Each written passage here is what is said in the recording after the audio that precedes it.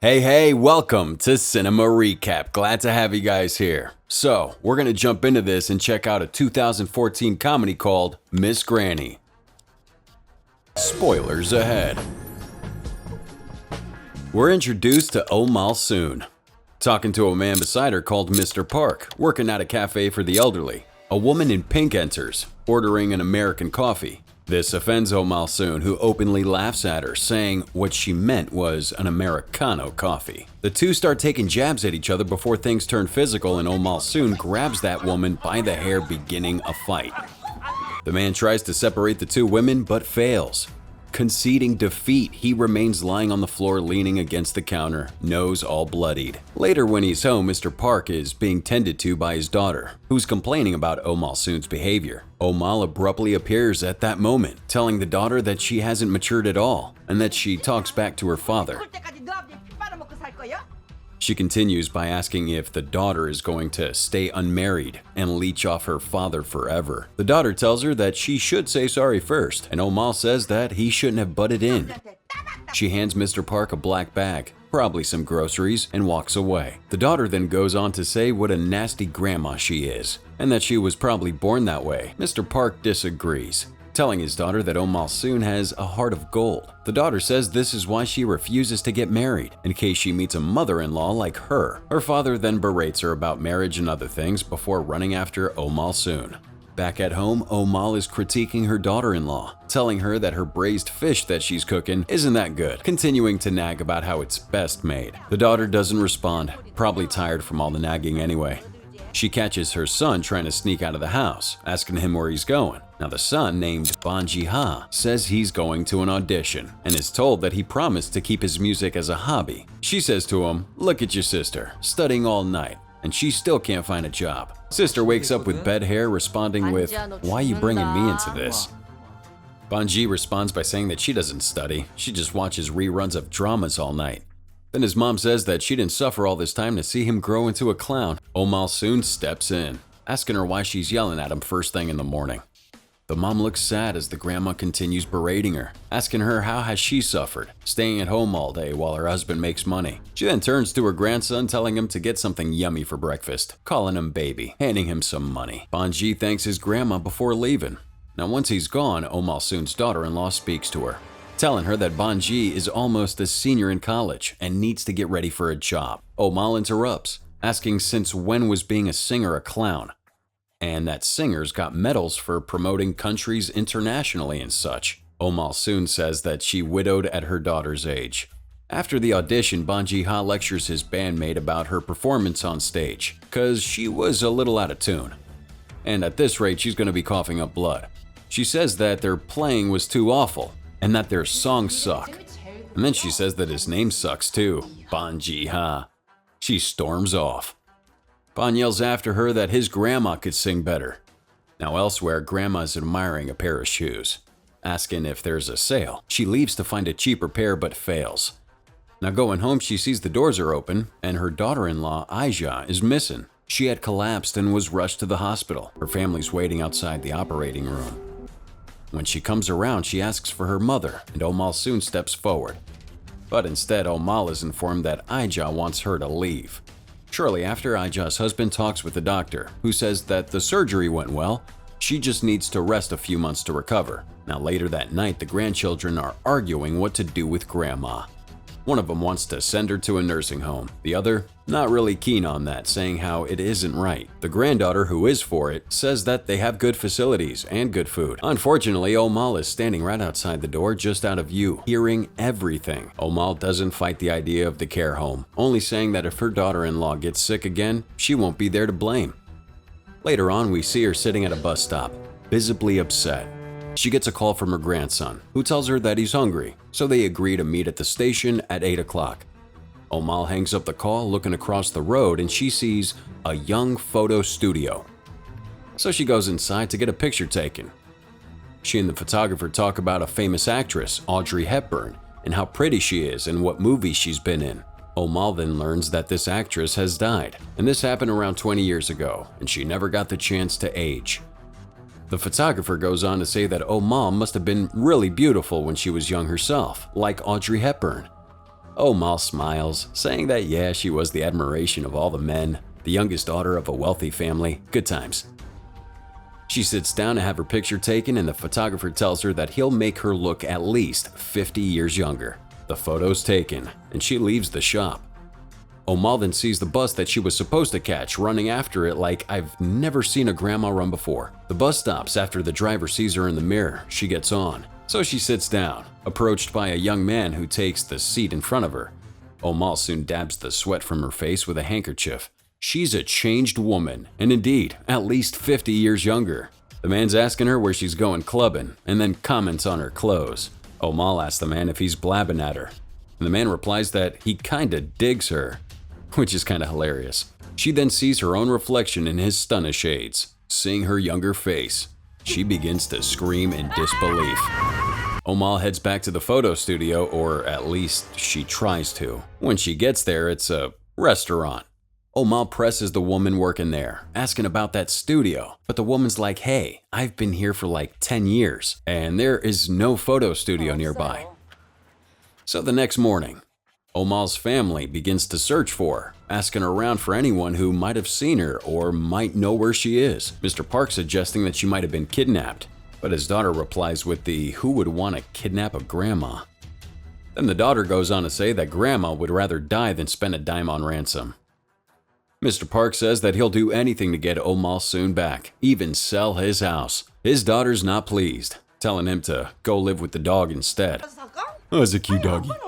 Mr. Park asks the son Bon if he can call the police, and Bon replies that they can't until a few days have passed. Mr. Parks is like so many bad things could happen in that time.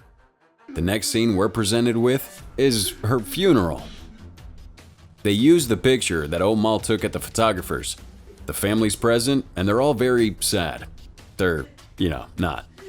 We're seeing Omal soon abruptly wake up. She's now staying with her fellow cafe shop worker, who used to be a servant of her family. She's realizing how great her body feels, how there are no longer these old pains that were there before. She's beginning to swing her arm around, doing a bunch of flexible things as people are watching her, feeling great. She later checks on her phone to find a bunch of missed calls, asking herself why they keep calling her, saying that they're the ones who wanted her to leave. Omal then sees another elderly person in the locker room and realizes she's been given a gift. Feeling young and vibrant again, Omal goes to get her hair styled, rushing to buy some fresh clothes, fawning over a sexy piece of lingerie, and buying the shoes that she was admiring earlier before she changed. Omal's now searching for a new place to stay, staying with Mr. Park and his daughter, who just put up some signs outside their house advertising that they're looking for new lodgers. Then Omal gives herself a new name, Duri. So Duri visits her own home briefly, leaving a family note that says, "Live well without me." The granddaughter suggests reporting this note to the police, but her mother says no, cause it'll ruin her father's career. The next day, Duri spends some time at the elderly cafe where Mr. Park works. And the lady, the one that Omal got into the fight with before, asks Mr. Park about Duri, and they talk a bit.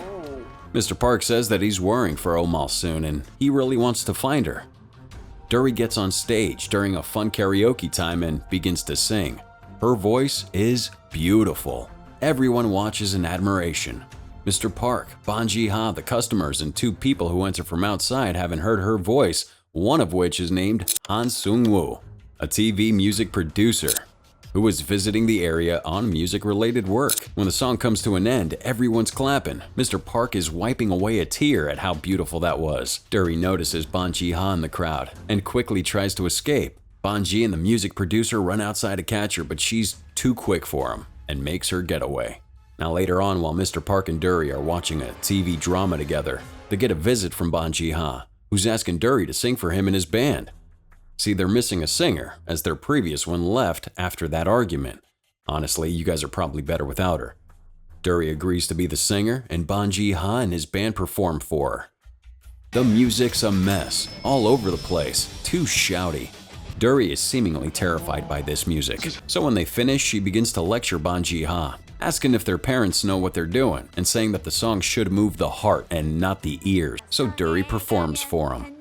And their reaction? Yeah, she just blows him a kiss, and they smile. And next we see them, they're performing a new song, together in a different and new style, one a little softer. This new song has more structure and people are loving it, giving generously. Later, the group have a successful meal together and talk. Dury says that she's 20 years old, and the others are shocked at how young she is, commenting how different she acts to her age. One of them tells her to address them differently using the term Oppa, which I think is a title you give to your elders in Korea. Dury agrees to call him Oppa, and they celebrate. She's thrilled to be pursuing a career in music, something she'd given up when she was young. As she had a baby to raise, the band continued to rising success. Now elsewhere, the music producer Han, who's searching for talent, unimpressed with what he has so far, wants to find the Cinderella that ran after singing that perfect song. You know, Dury, who ran from the cafe. Shortly after, music producer man finds her on a train, begins to follow her once she gets off. Dury's feeling she's being tailed, and runs out of sight. Seung-woo thinks he's lost her, and sighs forlorn. But Dury's right behind him. Seung-woo jumps out of his skin, turning to face Dury, pointing the fish at him like a weapon, accusing him of following her. When she tries to walk away, he grabs her, accidentally pulling her shirt down to expose. She gets upset and runs up to that cop car pulling up. And the man's arrested. And as he's driven away, he's banging on the window of the vehicle, asking for her number. Well, once he's gone, Dury comments about how men only want one thing, calling him a jerk. So the next day, she's visiting Ban Ji-ha at his home, her former home, and meets the family as a new person. Aija's looking healthy and happy, and comments on how pretty she is. Dury then wants to look around the house, asking to see a room behind a closed door, her old room. Ban Ji-ha's reluctant at first, but she wins him over with puppy dog eyes. So he immediately lets her in, and tells her to look all she wants. Later on, they're eating dinner, the four of them, and Dury makes a comment about how Aija can make the braised fish tastier by cooking it a certain way. Oh wow, much like she did previously. Meanwhile, at the police station, a cop is talking to Mr. Park about Oh Mal-soon, saying he believes that she's been kidnapped. They're looking at the CCTV footage of someone using her card. Is Oh Mal-soon herself, now going by the name Dury. She's using an umbrella to hide, and Mr. Parks recognizes it. He begins to watch her. And when Dury's out, he begins to go through her belongings and is shocked to find Oh Mal-soon's stuff, including her old and worn shoes with her dentures. Meanwhile, Dury runs into Han again while she's performing an audition, and the two manage to speak properly this time without the police. Han Seung-woo offers to invite Dury and her group to his show as the Rookie of the Month, and all the boys are like, "What?" at the same time. And so it's decided, and they all celebrate. When Dury gets home to the place she's staying with Mr. Park, Park comes up behind her, lifting a stick. Immediately, next scene, we see Park on the floor, gagged and bound, being strongly lectured by Dury, asking him why he's acting like a madman. She gives him the chance to speak, ripping that tape off his mouth. Mr. Park's yelling at her, saying that he now knows her true colors, and says there's no way he would have not recognized those dentures. Eventually, Mr. Parks recognizes her, and is overjoyed. So Mr. Park tells Oh Mal's son and daughter-in-law that he's met with her, and they are demanding answers. But Mr. Park tells them that they must take it slowly, and that she came like the wind and left like the smoke. But she left a letter for him, and they're recognizing her handwriting, even stamping it with her fingerprint. And then Mr. Parks is trying to look as young as possible, starting to exercise, dressing inappropriately. Dury's asking him if he's lost his mind.